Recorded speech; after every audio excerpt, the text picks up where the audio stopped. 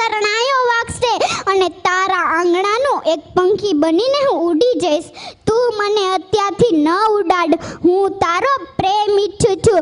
માં, એક પુત્ર માટે કોઈ માસૂમ પુત્રીનો બલિ આપવો એ કેટલી હદ સુધી યોગ્ય છે.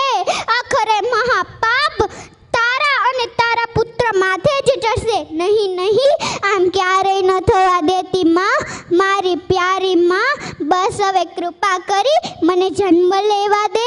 મને મારીશ નહીં, મને તારા બાગનું એક ગુલાબનું ફૂલ બનીને ખીલવા દે. મને કરમાવીશ નહીં. પરંતુ કોણ જાણે, સ્ત્રીઓ એ જ પુરુષ પ્રધાનમાં સમાજમાં જાતિ નિયમો વલણો સામે હાર માનીને હથિયાર હેઠા મૂકી દીધા છે કે પછી પુરુષ બનવાની આંધળી દોટમાં સ્ત્રી ભ્રૂણ હત્યામાં કઠોરતાનું કવચ ઓઢી લીધું છે. શું તેને પોતાની શક્તિ ઉપરથી ભરોસો ઉઠવા લાગ્યો છે?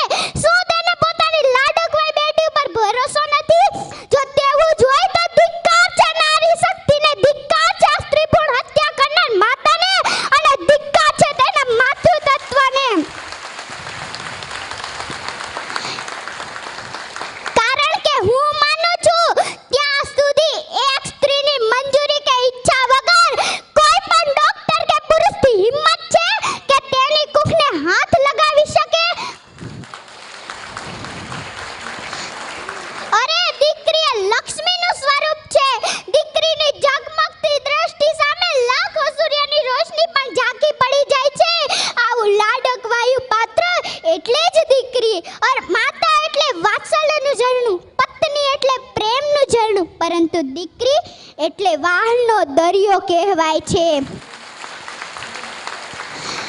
દીકરી દાદા દાદી માતા પિતા ભાઈ દરેકને સ્નેહના બંધનથી બાંધે છે. એટલે જ દીકરીની વિદાય વેળાએ દરેકની આંખોમાંસની આંસુ વહે છે. દીકરી એટલે પિતાનો સંસાર, દીકરી એટલે માતાનો આધાર, દીકરી એટલે ભાઈનો પ્યાર. આવો ત્રિવેણી સંગમ સાર્થક કરે એ જ દીકરી